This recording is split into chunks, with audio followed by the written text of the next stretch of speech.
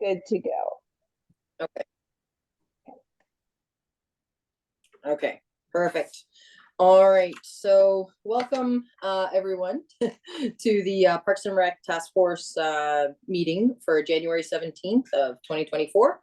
I guess I can call to order the meeting itself at what time is it now? I think it's almost 7. Yeah, we just made it, so 7 p.m. So I will start off with the land acknowledgement. We would like to begin by respectfully acknowledging that the town of Shelburne resides within the traditional territory and ancestral lands of the Anishinaabe, I messed this up, of course, Anishinaabe, including the Ojibwe, Potawatomi, Chippewa, and the people of the Three Fires Confederacy. These traditional territories upon which we live, work, play, and learn are steeped in rich Indigenous history and traditions. It is with this statement that we declare to honor and respect the past and present connection of Indigenous peoples with this land, its waterways, and resources. We encourage residents to review the call to action information by visiting the following website to further research and educate oneself. And of course, that's www.dccrc.ca, and you can find that information on there. Okay, so we can adopt the agenda for tonight. Has everyone, I'm assuming, has a copy and has had a chance to look over it? So if that's if everyone thinks it's okay, we can. I need a motion. Well, sort of like a motion, I guess you can say, to adopt the agenda. So I need someone to first and second that. I can first. Perfect. So we've got Kyle. And I guess we can do Ankit. And yeah, we just need everyone to, I guess, approve that, if you're okay with approving it. Okay, the third agenda or number on the agenda is declaration of pecuniary interest. If anyone has any pecuniary interest that you see on here, which probably not, because it's just reviewing the information from the community. But if you do, please let the deputy clerk know that when we either get to it or at any point within the meeting. So the next is number 4, and that would be the approval of the minutes from the meeting held on September 20th, 2023. So the resolution would be it resolved that we approve the minutes of the last meeting held September 20th, 2023 as presented and circulated. So again, I need a mover and a seconder for that. Sure. Perfect. We'll do Kyle, and I guess I can probably second that. So I'll just second that. And then all in favor? Okay. Okay, and then on to number 5, which is new business. So at the September 20th meeting, we discussed potentially sending in some sort of recommendations to council with regards to how we wanted to see them move forward with Parks and Rec pertaining to the 2024 budget. We did decide as a group that we would wait to review the community survey that was put out with regards to the Parks and Rec master plan before we formally set any ideas or recommendations or whatnot forth to council.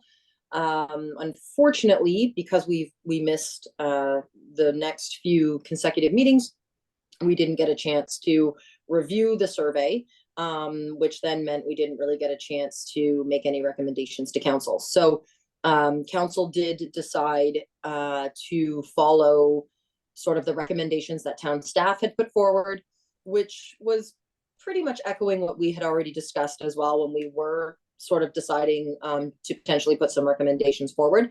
So we do have plans. We are moving forward with those recommendations. They are going to help with certain aspects within the town. I'm trying to remember exactly what it was that, so I think it was upgrades to Natasha Patterson Park, updates to the accessibility in Greenwood, around the play structures, Highland Village Park and shade at the splash pad, plus there was, ideas, or I guess the plan to put forth the, trails within the town as well. So those are things that, just trying to see here. Okay, like kind of what I wrote down. So those are the things that are sort of already in the works and then moving forward for 2024.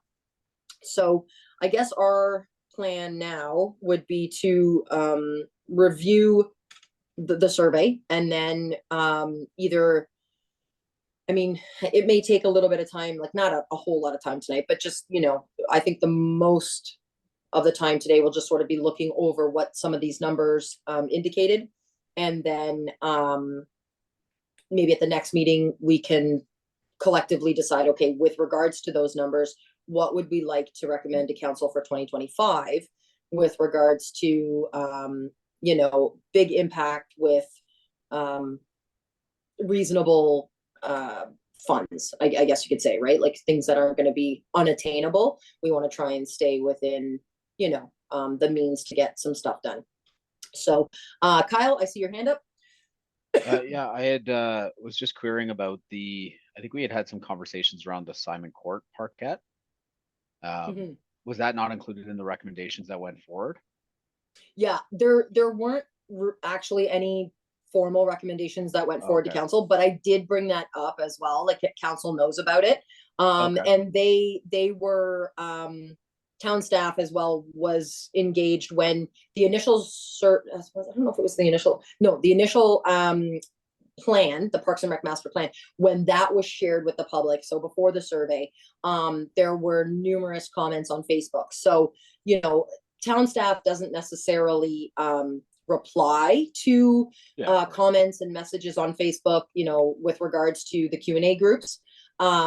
But they definitely read them. They're engaged. So they already knew before I even really said anything that the town had strongly made opinions with regards to the Simon Court Parkette, how they still wanted it.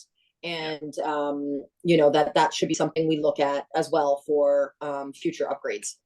I don't think it was included in the 2024 budget though. Like, I don't think it was. For updating and things like that. Yeah, exactly. Because there was other parks that sort of got a little bit priority over it. Well, it was, I mean, within the plan, it was all like the costing was to remove it and move it down the street. So that makes sense that we wouldn't be looking at renewal of the park at this time. Yes, yeah, exactly. So that is definitely something that we can sort of review, and it might be a good recommendation for 2025, right? There, where we can say, okay, we've acknowledged that the Simon Court Park is indeed need of an upgrade, and we feel that is a priority that could be facilitated in 2025 with the 2025 budget. So we again, that's definitely something that we can look at as a group and make that recommendation moving forward.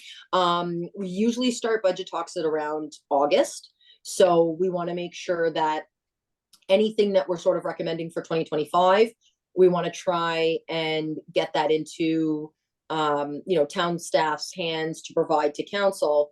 I mean, not like immediately, but definitely well in advance, where our treasurer can work numbers and make sure that it's something that could be facilitated, right? Yeah. So, okay. So if you guys have the survey in front of you, I know I did sort of mention that in September to either request a paper copy. I had to get a paper copy because I like to physically turn pages, but there also was a digital version that was available to you too. And so hopefully you've kind of had a little chance at least to sort of review it, kind of skim through and have a quick look. So for one thing that I was thinking of when I sort of looked through it too was the age group, right? So that was page 199 or 2 of 66. Lindsay? Yeah. Excuse me, Lindsay, did you want me to share any of the pages on the screen for ease? Yeah, sure. If you want to do that, I don't know if I'll be able to see anyone if they have a question or Yeah, anything so- though.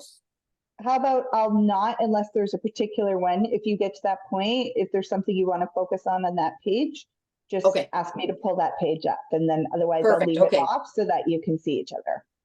Sorry. Excellent, because that's the only thing I was worried about. I was like, how are we gonna do this? I'd love her to share the page, but or the report, but then I don't know if I'll see anybody. So I'm not sure if they have a question or comment how I'm gonna do that. But yeah, so like I said, it's page 199 or page 2 of 66, which I'm assuming the 2 of 66 is just the survey itself, right, Alice? Yeah, okay. I think the 199 was when it was part of the agenda. And so we have a 51.87% within the age of 26 to 45. So I mean that's a pretty good number for what would be considered middle age, I guess you can say. Between 26 and 45, that's where you're going to likely have a lot of people that have young families potentially. Children and whatnot that will be using the facilities in town. So it's just, something just kind of quick to just mention so that you guys kind of have it in the back of your mind that, we are seeing a younger sort of demographic within the town. The next highest number there was 32%, and that was 46 to 65. So, it is nice to kind of see that, from when I moved up here 20 years ago, we are seeing that younger demographic move into town with potential families and whatnot. So, Sorry, so next to Sorry. that, I mean, Lindsay, I'm sorry. Hey, Alice, can you share those information because I'm not being able to find it online. I just wanted to have a look at those. If you can share any of those like those numbers. yep.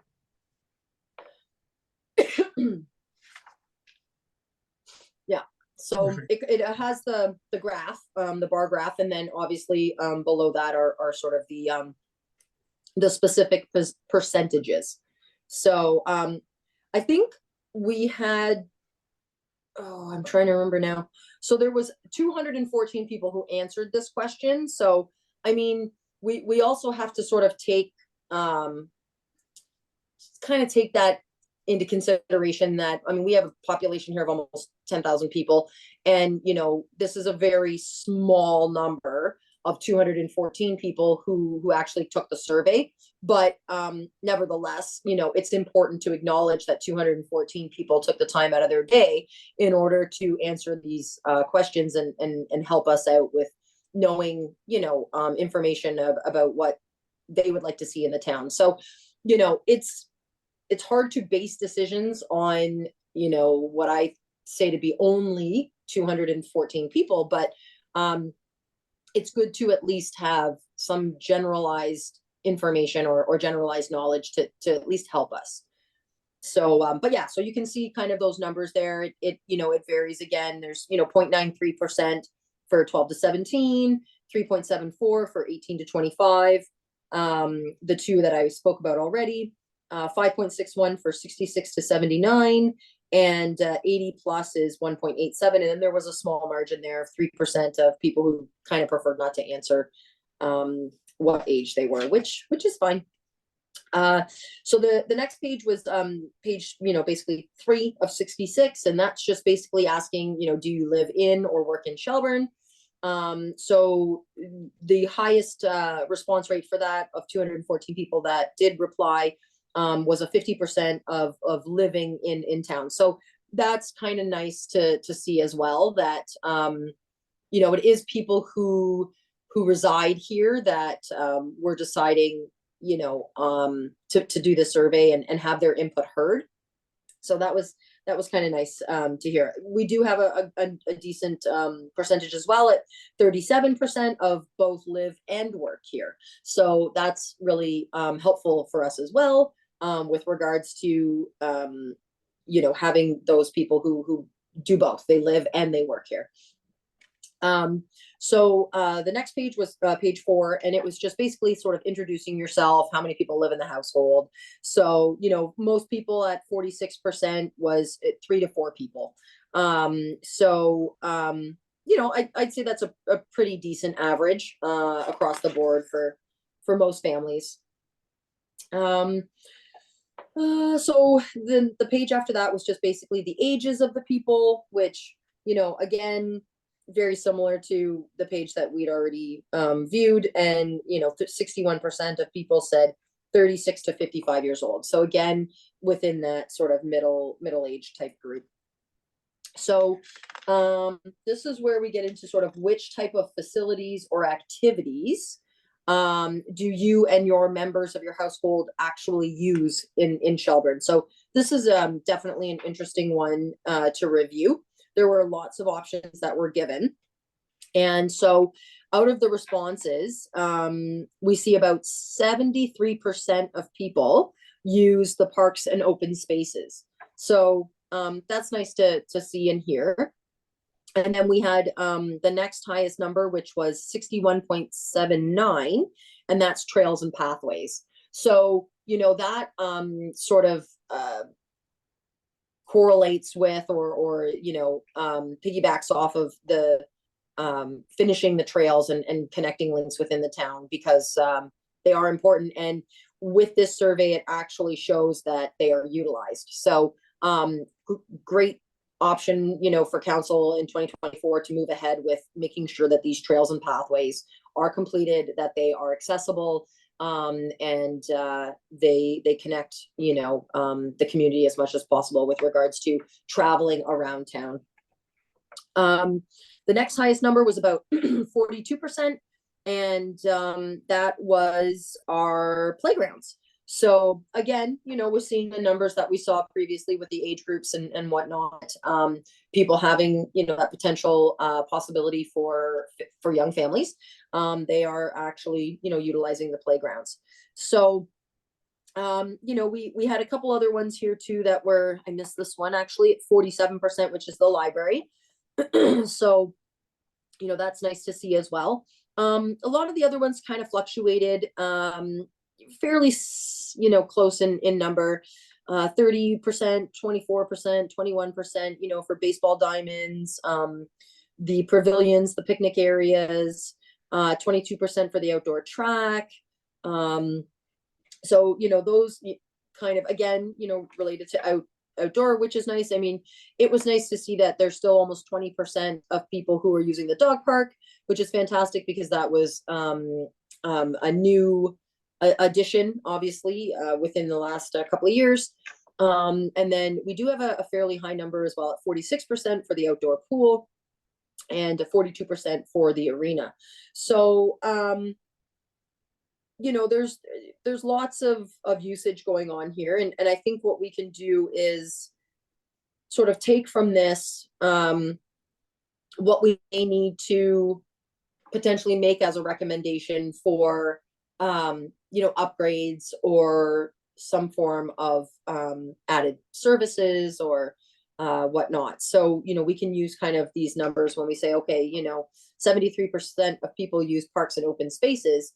Then what we can do is we can have a look at what does that actually entail, right? So what do our parks and open spaces actually look like? And, you know, where can we make those improvements that will facilitate better use or continued use for those specific areas. So, you know, like you mentioned, Kyle, the Simon Court Park, right? So we know that the community is using these parks. So now we need to have a sort of a look at what parks need the most love the quickest, you know, or the soonest, right? I know Walters Creek is also in aging sort of infrastructure as well. And there are some things in there that potentially need upgrading too. So there are a couple of parks, and obviously, like I said, the Natasha Patterson Park, because it currently consists of pretty much a slide.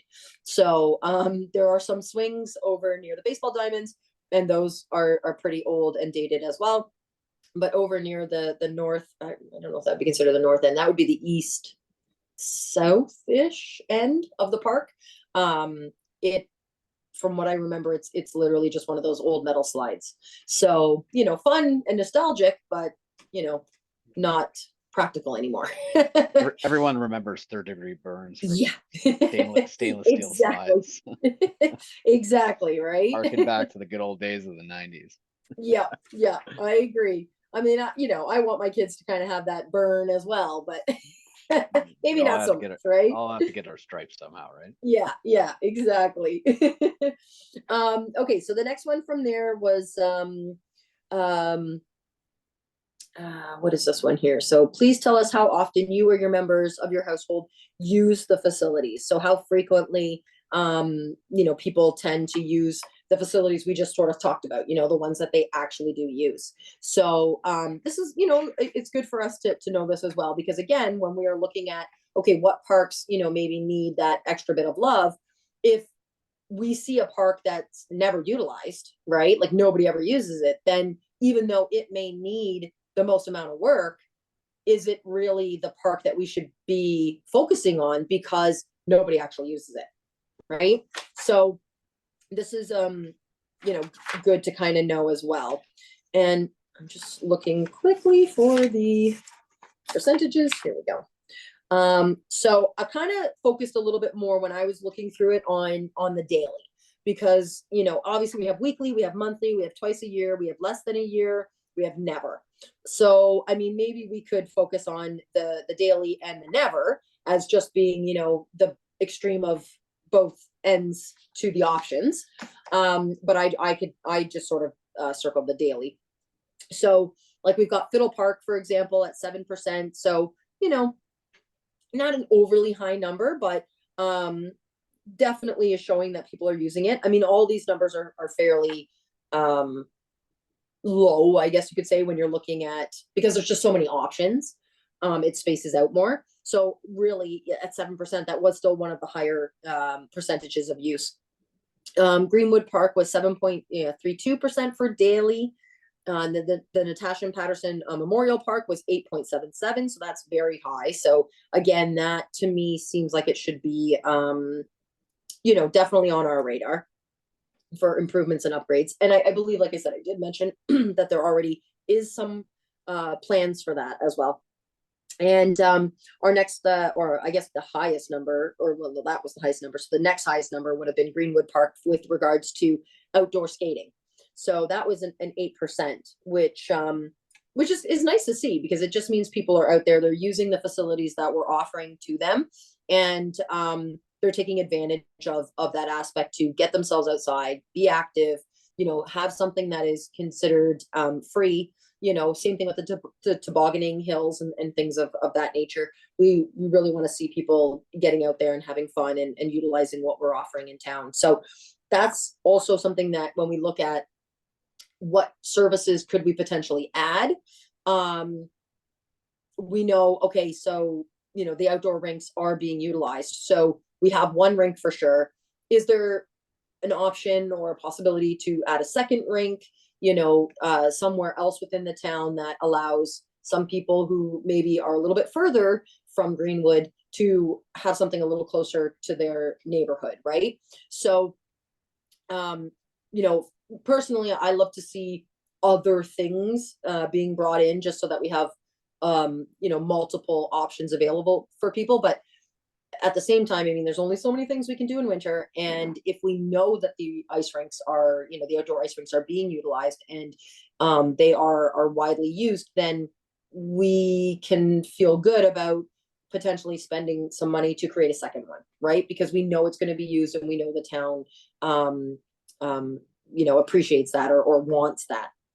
So in regards to like a secondary skating rink, like if I were to think about the town's geography, Cook Crescent, which has a lot of young families on it, it has that larger park. What's that park called?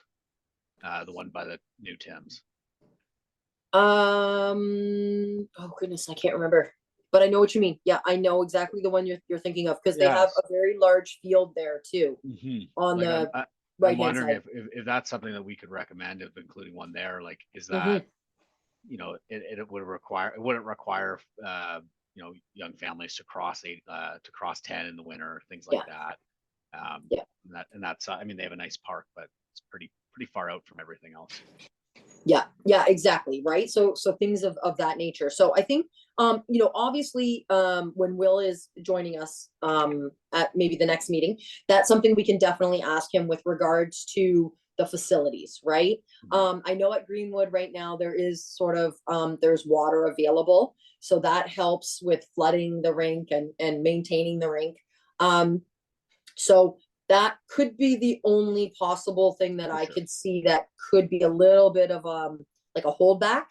Yeah. Would just be making sure that we can get water out there. But everything else, the boards, the ground, as long as it's, we've got that pretty decent chunk on the right hand side that I think could facilitate flat ground. And I don't see necessarily a problem with anything else. It would just be the water. Just be the water So source, yeah. yeah, so we can definitely ask Will though, and see, because I'm not sure if they actually turn the water off in Greenwood. I know the bathrooms get closed for the season, so they may actually bring water in some other way, right? Like I'm not 100% sure on how they bring water in. So it's definitely something that we can ask Will at the next meeting, like if that's available. Ankit, you had a question? You're muted. Sorry. Thanks, Kyle. So, the new division west of the town on 89, and then there's a ground there, and then the that the town will build a park there. So I don't know whether it's a part of the plan or not. New park The new park, on the where though? on the Highland, the new township, new division that the new it's on west of the town on 89. Isn't Right. that I think isn't that going to be a tail, like an overflow pond and walking trail? Yeah. Not a park yet, So right? so unfortunately, as much as we would love to utilize the sort of the holding ponds that are there, they're still moving water, even though they look like they're kind of stagnant, they're still moving. So most of the time they don't actually freeze thick enough to support multiple people, really to support anybody, but definitely multiple people on it skating. That's where we run the risk of, potentially somebody falling through, and that's a massive liability. So we always don't, allow skating on those things. You may sometimes see people skating on them. I know for one time I was in Orangeville and I saw some people playing hockey on it, and I was like, "Ooh, they're gonna get in trouble," because if you're caught, there's the potential for bylaw. There's potential for fines. Let's just put it out there, just because it is unsafe. But That's the pond across from the church, right? Right when you come in off line. Yeah, I've seen people play on that. Yeah. Yes, you're exactly right. Yeah, the one across from the church. Yeah. So there is a really nice park that's going to be going into that subdivision as well, with bathroom facilities and things of that nature as well. So again, there could be potentially some space over there where another rink could go up as well, because again, same idea, right? Lots of people over there, and if we're going to try and give them the same facilities that the rest of the town sort of has a chance to attend within walking distance of their homes, then that's something we can definitely look into as well. I briefly sort of remember the layout of how it's going to look, and I just would need to look at the plans again to see the space that is potentially available. So, because that's obviously a factor, right? But yeah, so we are seeing a fair amount of the facilities being utilized on a daily basis. I guess, and again, so with that said too, like when you look at Phil Park, you've got a 7.1% of people, again, who took the survey, utilizing it, but then you also have an 11% that never use it. So, I still think it's important to, have Phil Park and to do what we sort of have a vision for it. And I think at that point, more people will use it because it will actually have something for them to use. But you know, it's just it's just looking again at some of these things that when we look and we say, okay, yeah, you know, 8% are used on a daily basis, but then we have 31%, like example for the Natasha Patterson Memorial Park. We have 31% of people who never use it that answer the survey. So, but then there's a 17% of people who use it weekly. So it's just creating kind of a happy balance between the people who always use it or sometimes use it and the people who never use it, right? And so that's something again that we can kind of look at and decide, okay, this particular, you know, facility seems to be evenly used. So it's not overly used on a daily basis, but it's not underly used by never being used either. And in that case, you know, that particular facility could become a little bit higher on the list of things that we want to say, okay, yeah, I'd like to see that updated a little bit, or I'd like, you know, to add something to that area or that facility. So yeah, I mean, because again, like Town Hall Gallery, I mean, I love Town Hall Gallery. I think it's fantastic. And when this survey was done, you know, there's 75% of people who never use it. And, you know, so that's sad because it's really cool. And I think with the initiatives that town staff has sort of done with regards to last year and having these exhibits, I think that's likely changed a little bit. I think more people have come in and they have sort of utilized that space. They've visited, you know, some people didn't even know it existed. So, you know, with things like that, which are, you know, fairly inexpensive, I guess you can say, and yet they create a pretty big impact by, you know, just utilizing that space with different ideas. So the great thing about it is anyone can apply to have an exhibit. So that's awesome. Young, old, doesn't matter. Doesn't matter, you know, race, religion, sex, it doesn't matter. If you feel like you would like to have your artwork sort of displayed or whatnot, you can apply. And as far as I know too, it doesn't just need to be paintings. Like, you know, there are other forms of art that are available as well. There's mixed media, there's photography, you know, so there's other things that can be utilized within that space as well to help bring people into it and utilize it better. So hopefully that will help us as well as we move forward and try and decide what we'd like to recommend to council.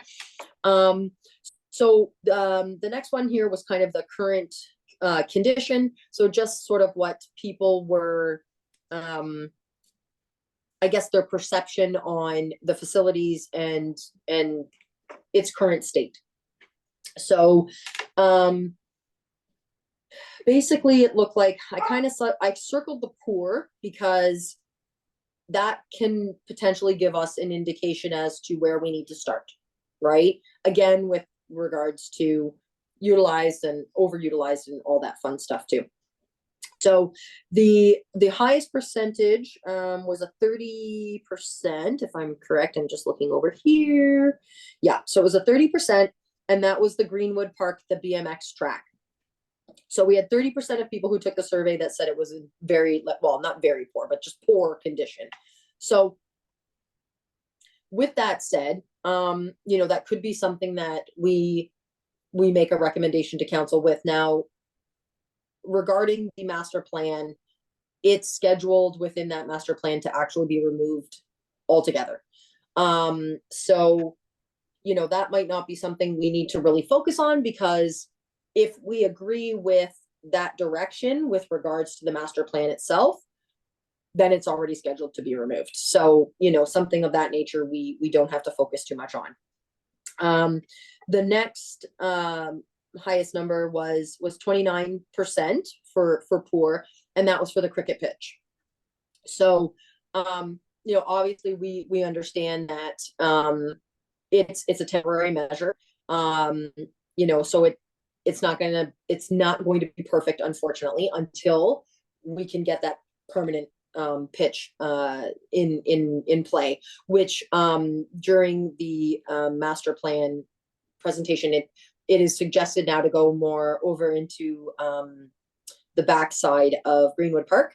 There's a big area there, and it can be really utilized over there. There's parking over there, and there would be washroom facilities as well.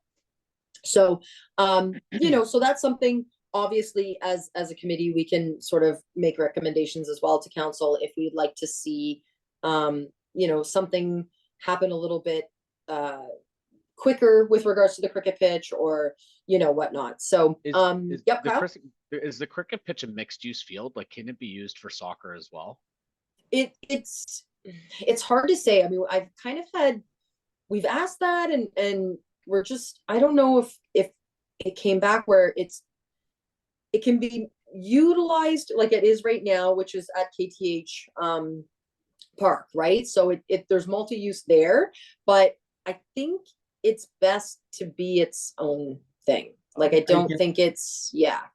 Yeah, you can speak more to that, Ankit. I can answer the question. No, because the cricket pitch in the center of the ground, it has to be prepared specifically that part. And if the soccer player runs on that part with the spikes, the spikes and boots and everything, that can damage the pitch, and itself it's so that's why they need the dedicated cricket pitch for that. Yeah, that's right. That's right.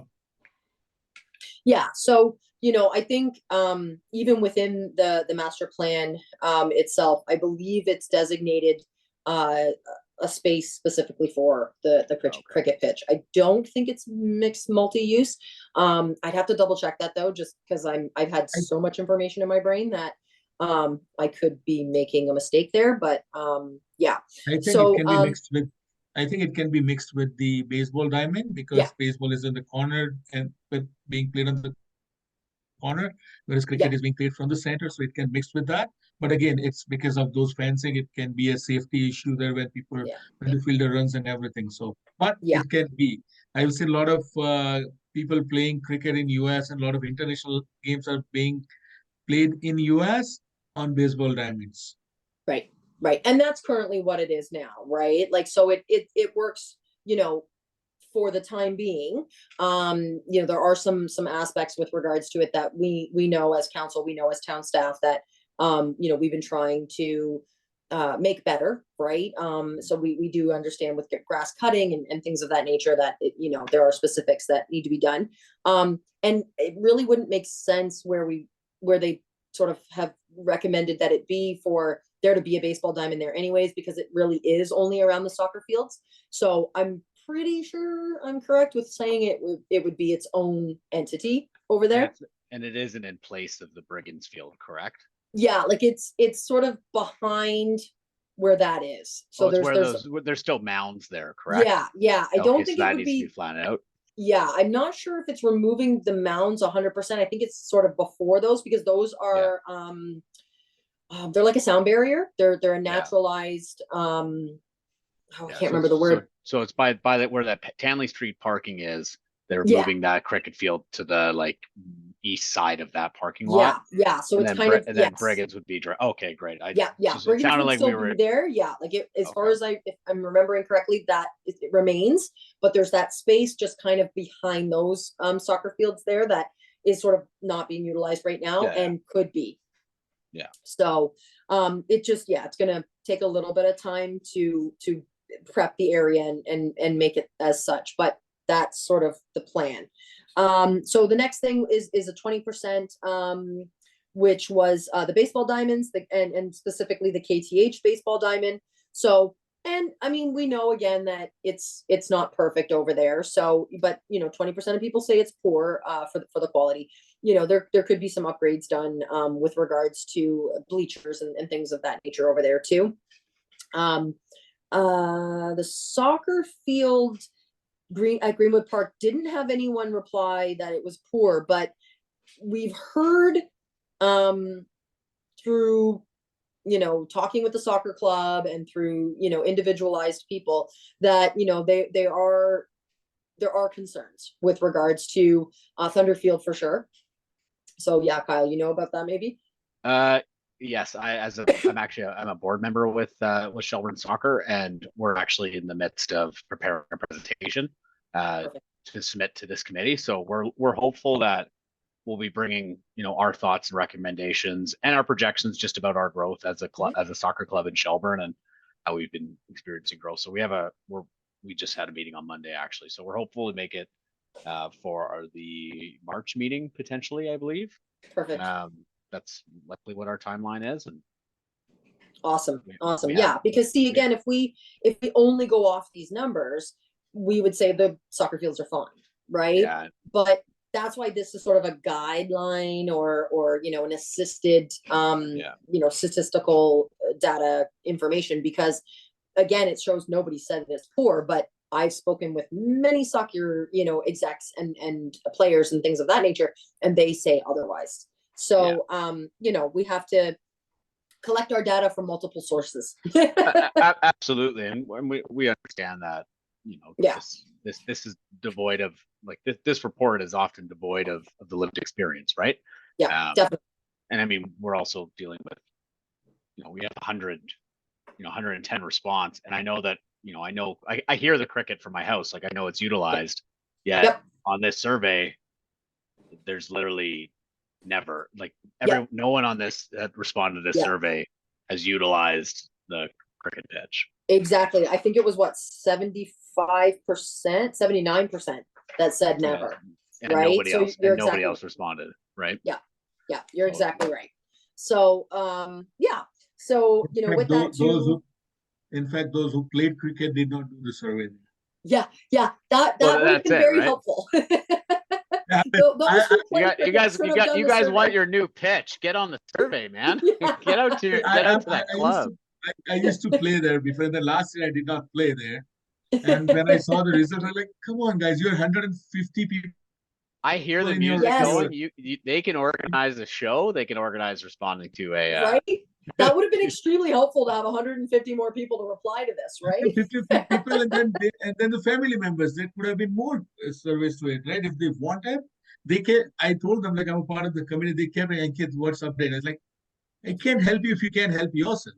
Yes. Yeah, exactly. That is true. That is true.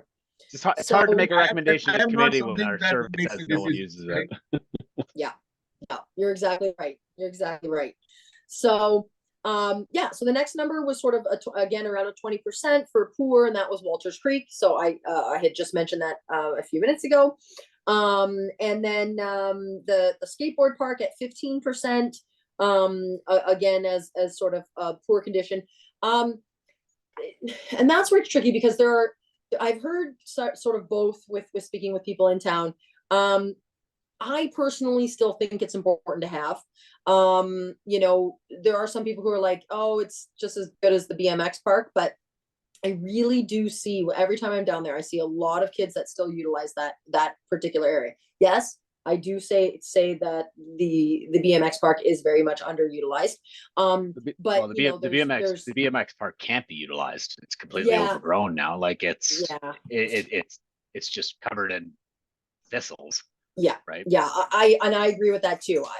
When it was first installed, even my girls loved it. They used it a lot. Of course. So I think secondary to that, you're right. Maintenance sort of trailed off a little on it, and it's now at a level where we either have to invest in rebuilding it exactly, or we need to decide, is it the best route moving forward for the town, or is something like a second basketball court potentially better utilized, right? So I think a basketball court with some boards around it, a proper rink in the winter would be utilized absolutely year round, and would be worth every penny. Yeah, put into yeah, that, exactly. Right? And so I mean, staff worked really, really hard on this master plan, and they've really captured a lot of that, right? And that's sort of the things that they looked at as well, was like, okay, this was potentially utilized when it was first installed, but demographics have changed in the town. We're a lot more multicultural than what we were 20 years ago. And so what is the next, because things evolve and things grow and they change. And so what would be the best, facility to have in this place that we feel would better utilize the demographic now that Shelburne has, right? And BMXing is fun, but I agree with you when you say like a basketball court that can be utilized in the winter for maybe skating, or a specific hockey rink, right? Because currently right now, the rink at Greenwood is mixed multi-use. So there's pleasure skating on there and there's hockey, but there are certain times that you can play hockey on that rink and certain times that you can pleasure skate. So if we had the potential to say, okay, we know how much, the community loves their hockey and they need a specific rink only for hockey, then we have that potential, on a facility that has been transformed from something that now really doesn't fit the demographic anymore to something that does. Yeah. So if you put a new basketball court in there, it would be used. Like that's the busiest part of Greenwood, other than the playground, is the basketball. Is the basketball court. You're exactly right. And that's why I say, I don't necessarily want to get rid of the skateboard park. And maybe even a little bit of upgrades or some new features would actually be really cool, because I do see a lot of people, with their rollerblades, with their scooters, with their skateboards, so that aspect is still alive and well, right? Absolutely. So yeah. So, but the BMX, I'm okay with letting it go for something better. Yeah. Well, I So- mean, even in terms of ongoing maintenance and costs. Yeah. Yep. It's an expenditure to maintain the BMX track. Yeah, you're exactly right. It definitely is. So, yeah. So this, these were some of the numbers that I kind of pulled out sort of quickly, that stood out to me with regards to the facilities that are in poor condition. So things that we can, potentially look at to say, okay, so these were, what the community seemed to identify as poor, which I didn't circle, but you've got 13% here for the outdoor pool. Now that gets a little trickier because of the board that runs that facility, but there are still some recommendations that maybe we can do, right? And we can approach the board about it. It wouldn't be a council decision at that point. We would have to go to the CDRC and speak with the board. But yeah, so some of these, we can sort of pull out and say, okay, these are what the community feels are poor. Now let's look at how underutilized or overutilized they are. So that puts them in what level of priority we can look at for recommendations. So yeah, secondary to that was basically the importance to the community. So, there's a lot of aspects that could potentially filter in for what we choose to put forth. So the importance to me is obviously important with regards to, where the community would like to see upgrades or where they would like to have their tax dollars spent. So the highest number here, I'm just scanning over quickly, is 95%, and it literally is related to the pool. So, we've seen that over the past couple of years with people saying that they want an indoor pool and they want better facilities with regards to that. So, I mean, again, that's something we can look at, but it is challenging with regards to the Board of Management. So, we can look at it, but I don't want to discourage people and say, oh, it can't be done, but we need to acknowledge the fact that there is a secondary entity there that we have to deal with. It's not just town and council. So secondary to that, of course, is the arena as a whole, and that came in at 91%. And from there, we dropped down to about 87%, and that is Greenwood Park. So again, it's showing us that there's a very high number of people who think Greenwood Park is extremely important to the town, the community as a whole. It's a very, we've almost established it now as a hub with regards to the playground, the splash pad, the soccer fields that are there, the BMX, well, not so much the BMX park, but the basketball and the skateboarding park too. So it's nice to see that the town agrees that it is very important to the community. So from there, 87, we go down to 80%. So that's Fiddle Park. So that's also nice to see that the community feels that it may be an underutilized space, but that it's an important space.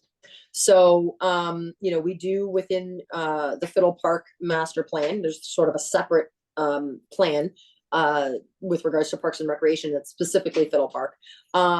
There are some amazing recommendations and suggestions within that to really create a community space there. So, when it came up before I even ran for council, why I ran for council was the fact that, it had come to the community's attention that it potentially was going to be sold and turned into homes and whatnot. And I stood up at council and I said what I felt I needed to say. And I basically mentioned, what if Brampton had have sold Chinguacousy Park, right? So I said, we just need to remember that these spaces, although may be underutilized at the current moment, they have potential and they should be looked at with regards to that potential and that possibility of creating, an amazing community space. So, when we look at Brampton and we look at Chinguacousy Park, it is completely the hub of Brampton. I mean, you've got so many things that take place there. There's the little ski hill, there's the farm, there's the little pond that, when I was a kid anyways, we had paddle boats there. There was the outdoor stage, which may or may not still be there. I know they were doing some renovations. There's a beautiful park now with certain aspects that relate to accessibility and allowing disabled children and whatnot participate. There's a zip line there. Like it's just insane. There's a huge football field so that football games and stuff can take place there. There's the beautiful indoor gardens with the greenhouses where they host weddings and whatnot. And then secondary to that, outside of that, there's also beautiful gardens there. They literally just put in not too long ago the wading pool, which I'm trying to think. I think it turns into a skating pad in the winter, but I need to double check that.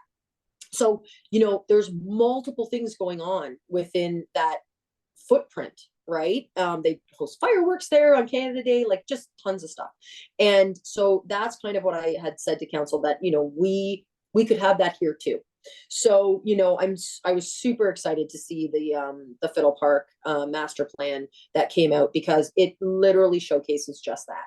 It's going to be, there's going to be a skating track through there, like almost like a Gage Park kind of idea. There's going to be a memorial gardens. There's going to be an outdoor sort of facility where there's almost like an amphitheater. We already have the current barn that's there, which is awesome. That houses a lot of different events and things of that nature. So, it's really going to add to what's already currently offered there, which is the dog park now and the community gardens. So building upon that is going to be fantastic. So it's nice to see that the town, the community actually believes that the Fiddle Park, this specifically says pavilion, but it means, that area is important to them too.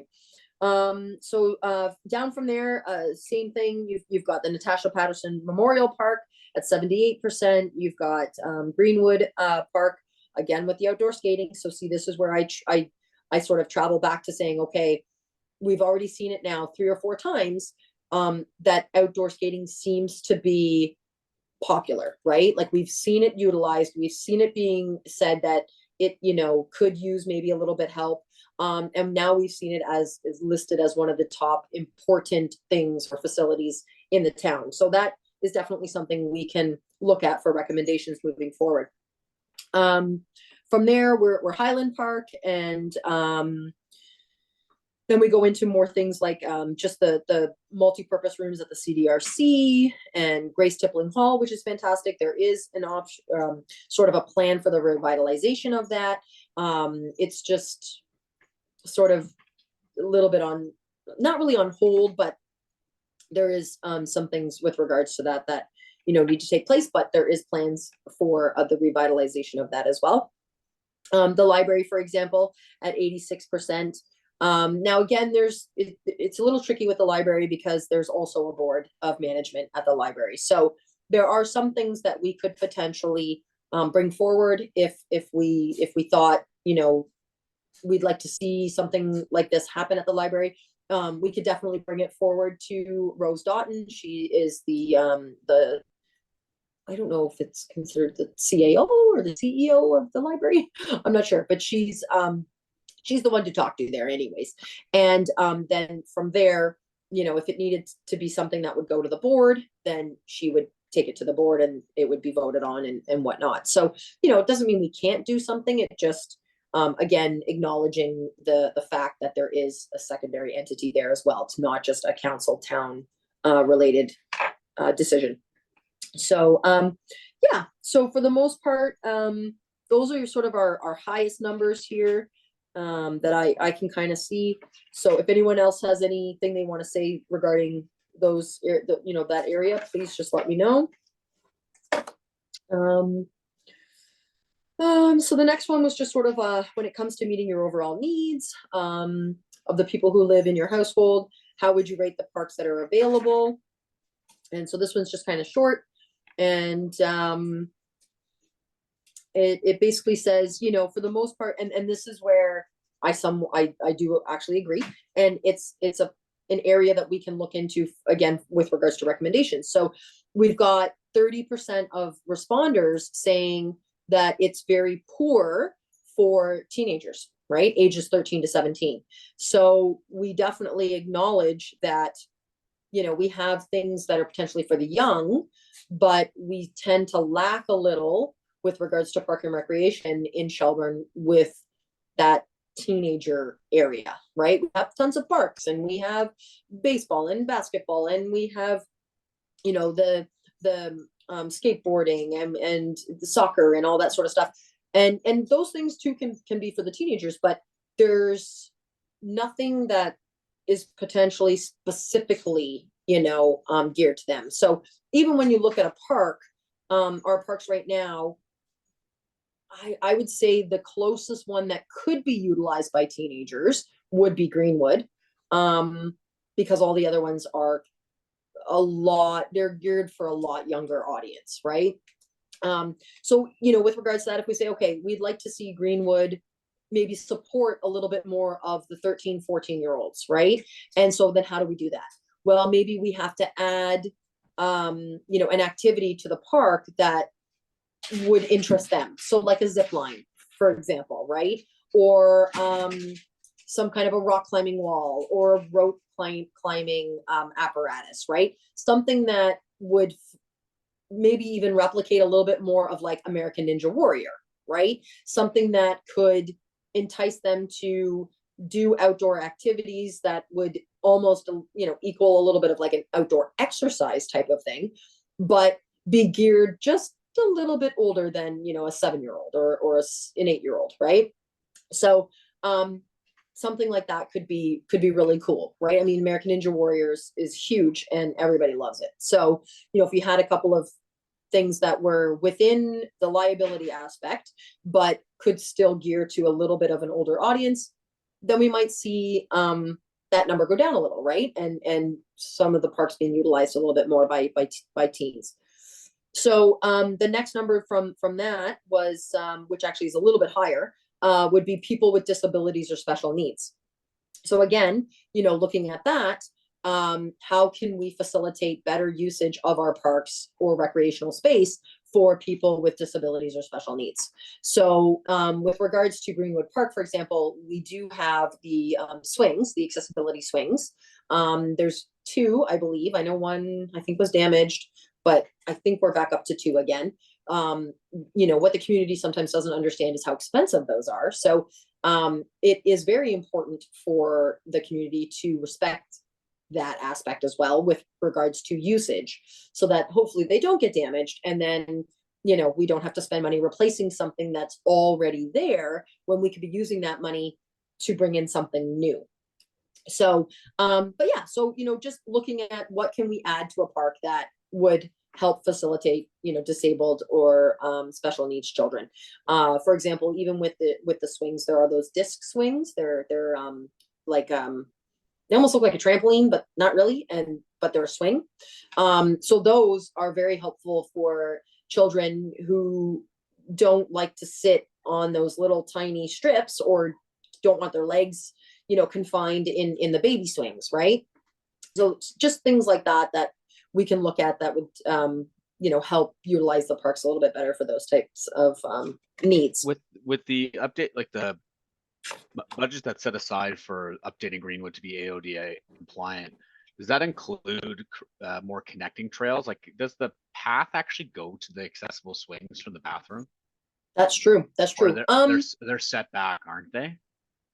Just by a little bit. I'm trying to think. You're right. If I know there's a dirt path Yeah. that's just sort of been made by multiple people walking the same area, but you're Yeah. right. I don't know if there's an actual Because path. they paved all the way from the splash pad to the washrooms, but I Yes. don't know if they actually connected it to the accessible swings.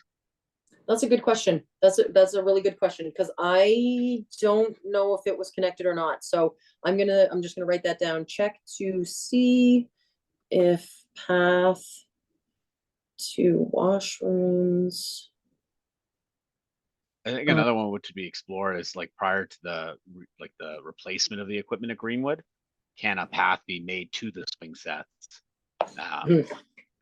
Exactly. for So kids like with that's disabilities. a perfect example of one of the recommendations we can make to council, right? So if there is literally no path there, which There isn't a path to the swings. I know that, and I don't think yeah, the accessible swings are connected by the.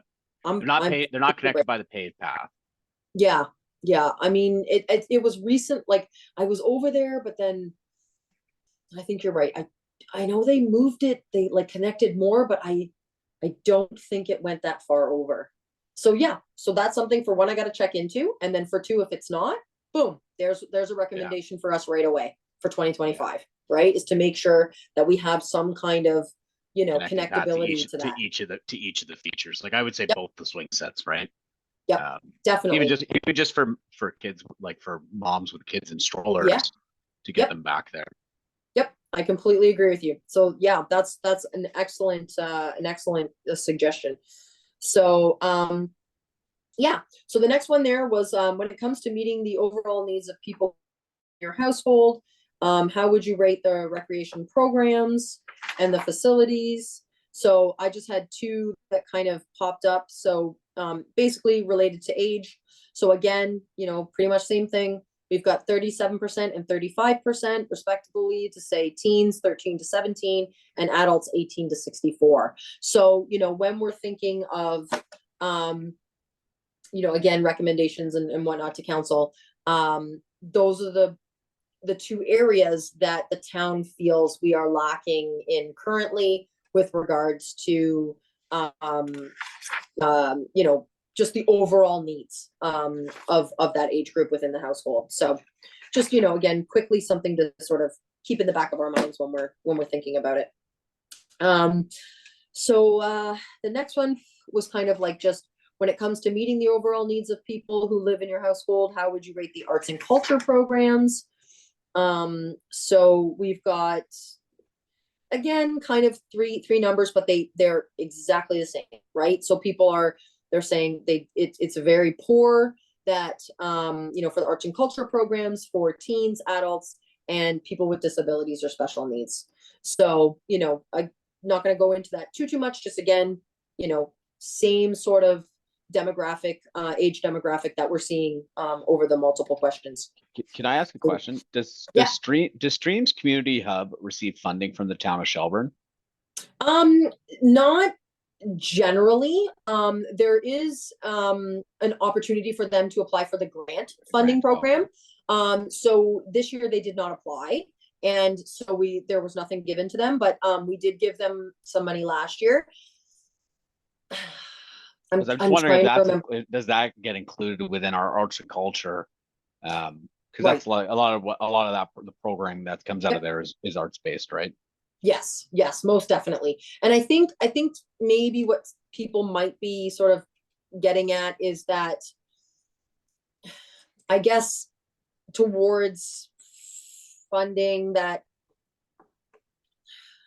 would be supplemented by the town, so that maybe it wouldn't cost as much, for them to participate in that specific, activity or whatnot, right? Yeah. So you're right, when you're thinking of, streams, and you're like, okay, well, if the town sort of supplements them, then maybe the fees should relate to that, or reflect that. But it's not substantial enough, I guess you could say. Like, it's not like a Parks and Rec actual program where it would be supplemented, through taxpayers' money that way. Yeah, not like It's there's a not no small, base budget provided Yeah. or anything. Yeah. yeah, exactly. It's more of a smaller grant that's offered to them, just for facilitating, what they can with it, I guess you could Yeah. say, No, right? fair enough. So, because I think it was last year, I think it might have been about $5,000, maybe. Yeah. Yeah, so it's I'm enough trying to to like remember- yeah. supplement a course for a specific need kind of deal. Yeah. Yeah, exactly. So so just again, sort of something to think about there. Then the next one was sort of, what parks and recreation and culture facilities do you and your members of your household regularly use, sort of outside of Shelburne? So this is kind of an idea to think about as well, as to, okay, these are what people are leaving the town for. So what can we do to potentially keep them here, right? What do we need to change or, add to keep them here? And so most people use splash pads. So, I mean, it's great. We've got 50% there. So thank gosh we put ours in. But, with that, there's always the potential for more than one. I mean, it's not to say that's going to happen in the next year, but, because it took a while to get this first one in. But at least that's something to think about, moving forward as well, is that people will leave the town to use other people's splash pads. 23%, we've got outdoor skating rinks and indoor walking tracks. So, again, that's something, that we're seeing again come up, right? Outdoor rinks. So, that can definitely be something that we look into in order to try to keep here. Trails and pathways and indoor pools. We know that for sure, right? That's something, again, that keeps coming up. So we're working on the trails and pathways, which is great. And the indoor pool is a discussion for another time. Is there's set metrics around like planning about like the size of municipality to support an indoor pool, correct? Is that why it's not something that's looked at? Like, do we not have the revenue within the stream to support an indoor pool in an ongoing way? Is that Yeah, I think that's definitely part of it, for sure. It's a massive undertaking, right? Because it's not going to be as simple as just covering the current pool. It would likely need to be, I mean, we could still have the facility that we have, but we would have to decommission the current pool likely and build from scratch, right? Like, because we'd need new foundations, there's a whole bunch of, it's some people say, well, just cover the pool, but it's not that simple, unfortunately. When was that pool put in, right? Oh gosh, long time ago. I don't have a specific number, but I know it's been there for quite some time. So I'd have to look into that, because I don't want to just throw a number out and then be completely wrong. So I'd have to double check that, but I know it's been there, a substantial amount of time. The arena itself is the second arena in town. Like, it's the newest arena. There was another arena, and I believe it burnt down. So this is the newest location, I guess you can say, of the arena. But yeah, it has still been there a substantial amount of time.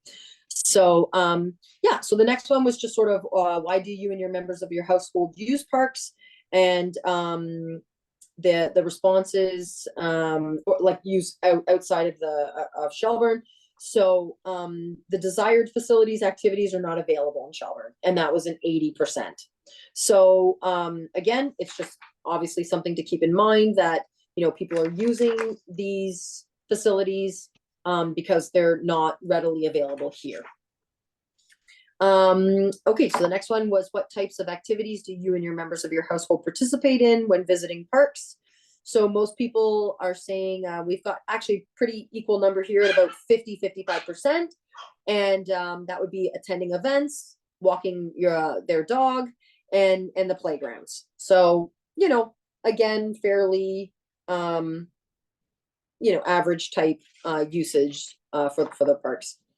What types of programs and activities do you prioritize at the parks in Shelburne? And that was a 60% response rate of the walking trails and a 44% response rate of the playgrounds. So, again, stemming back to basically what we kind of know, with being those are the two that were the most replied. Again, though, the next sort of highest was the outdoor skating rink.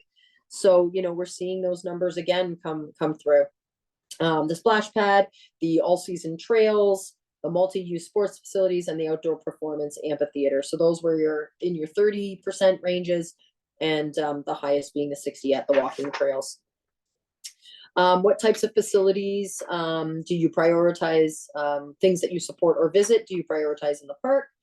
So this is where, again, it's sort of important with people with young children. We've got a 79% response rate here of the public washrooms. So pretty important. And I think that's why council took the direction of recommending and almost requiring that new developments, when they're putting in their parks, that it also encompasses washroom facilities, because it is important. And we've got outdoor lighting, also important for safety reasons, benches and seating at 66%, and shade structures at 62%. So, as we are potentially dealing with, sort of higher temperatures and, higher UV ratings, having some of those shade structures in place is definitely important when your children are playing or utilizing some of the facilities. So the next one was, have you or your members of your household ever visited the arena? And so we've got a response rate of 89% of yes. So that's, sort of indicative of what we've seen already, with people saying that they do utilize it and that they wish it was maybe a little bit better condition and a little bit, better utilized with certain aspects like the pool. I don't mean to slow us down, but I'm just curious, do any of our parks actually have free Wi-Fi? Because 20% said they prioritize having Wi-Fi at our parks. Yeah. So as far as I know, I mean, Alice maybe can chime in if I'm incorrect, but I don't think so. No, and even the arena drives me crazy. Because when I go to the arena, I'd like to still have Wi-Fi there. We did when I was on the board, we did vote to bring in Wi-Fi. It wasn't at an insignificant cost, and it still wasn't very good. So I'm not on the board anymore currently, but as far as I know, I think they actually ended up there's still Wi-Fi there, but it's mainly for the staff. Because it was just when so many people were logging on to it while they were watching games or using the facility, it was just so slow that it almost didn't make sense even having it. So I think they did end up voting to sort of reduce that volume of usage with regards to guests and have it only for staff. So it is hard, because when you go to a place like Brampton, or you go to a place like Mississauga or Oakville, or even Orangeville, they offer the Wi-Fi at their recreational facilities, right? And it's decent Wi-Fi. Like, I don't ever really have a problem when I'm there. So we just have to remember that, as much as we would love it, and it kind of sucks it's not there, we are a community that's substantially smaller, like even compared to Orangeville, right? When we're looking at our population at about 10,000, they're looking at their population of over 30. So, I was surprised to see it on there in period. But I get it. I do get it. When I take my girls down to the park, you know, if they're playing or whatnot, I'm, you know, trying to obviously watch them and make sure that everything's okay. But my kids are a little older now, so they don't need as much as, you know, the supervision as they used to. So yeah, sometimes I just want to pop on my phone for a little bit, do a little surfing, check out some information.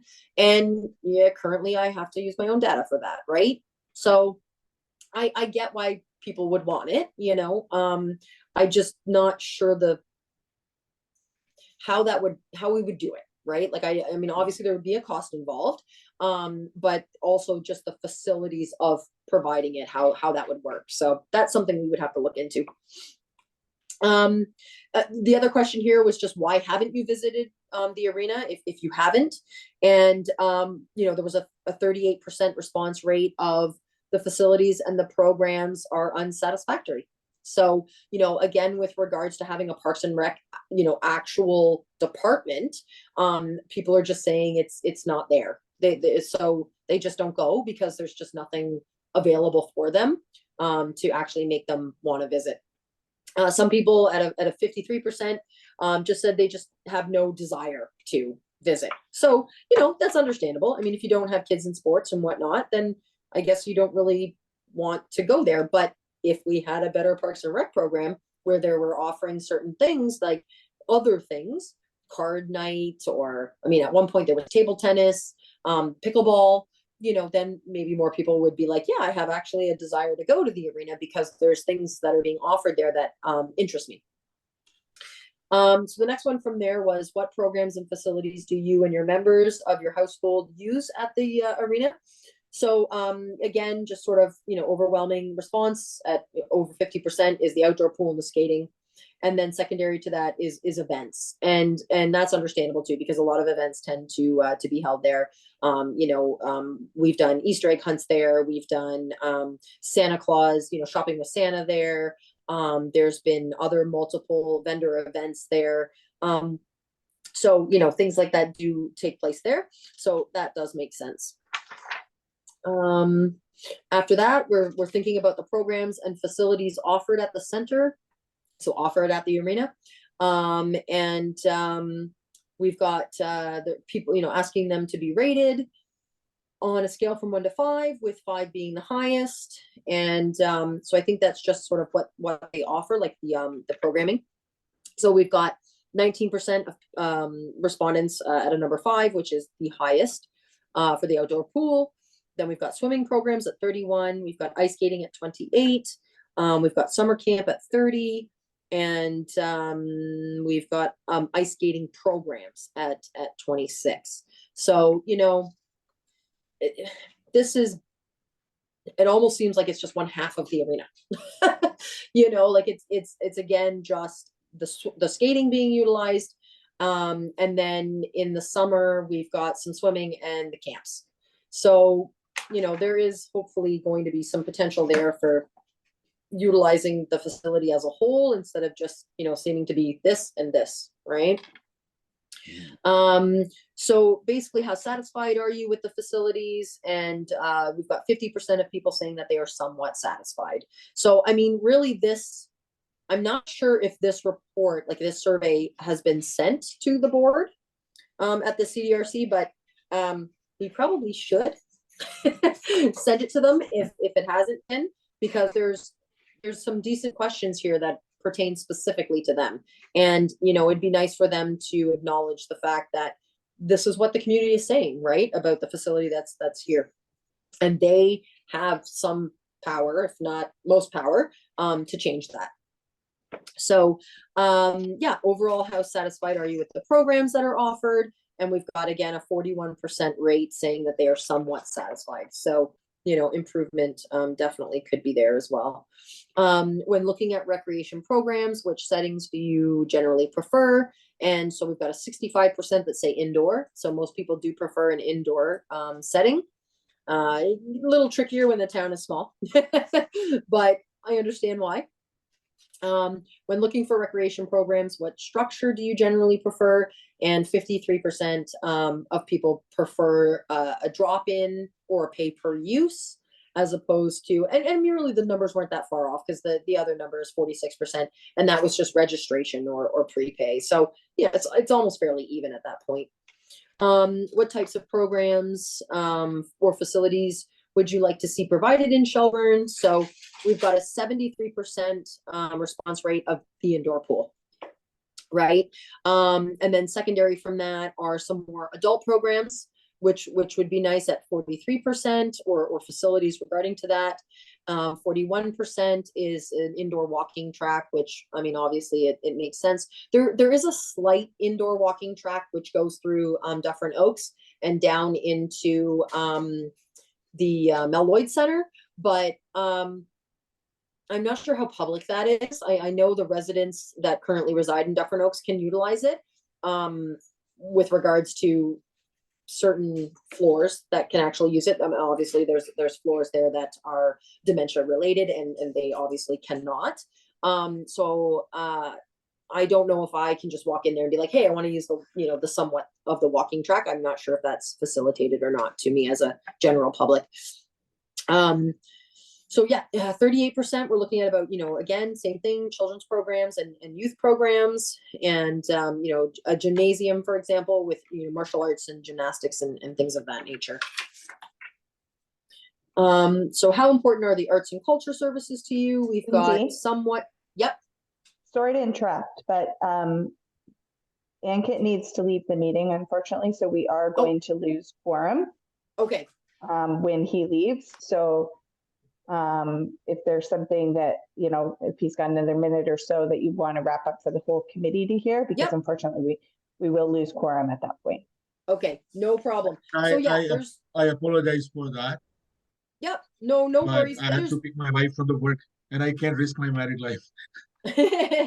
There's not that much more. I'm just gonna scan through now and just see if there's anything that's sort of really important. I mean, obviously you have the information in front of you as well. I'm just seeing, have you and your members visited Grace Tippling Hall? So yes.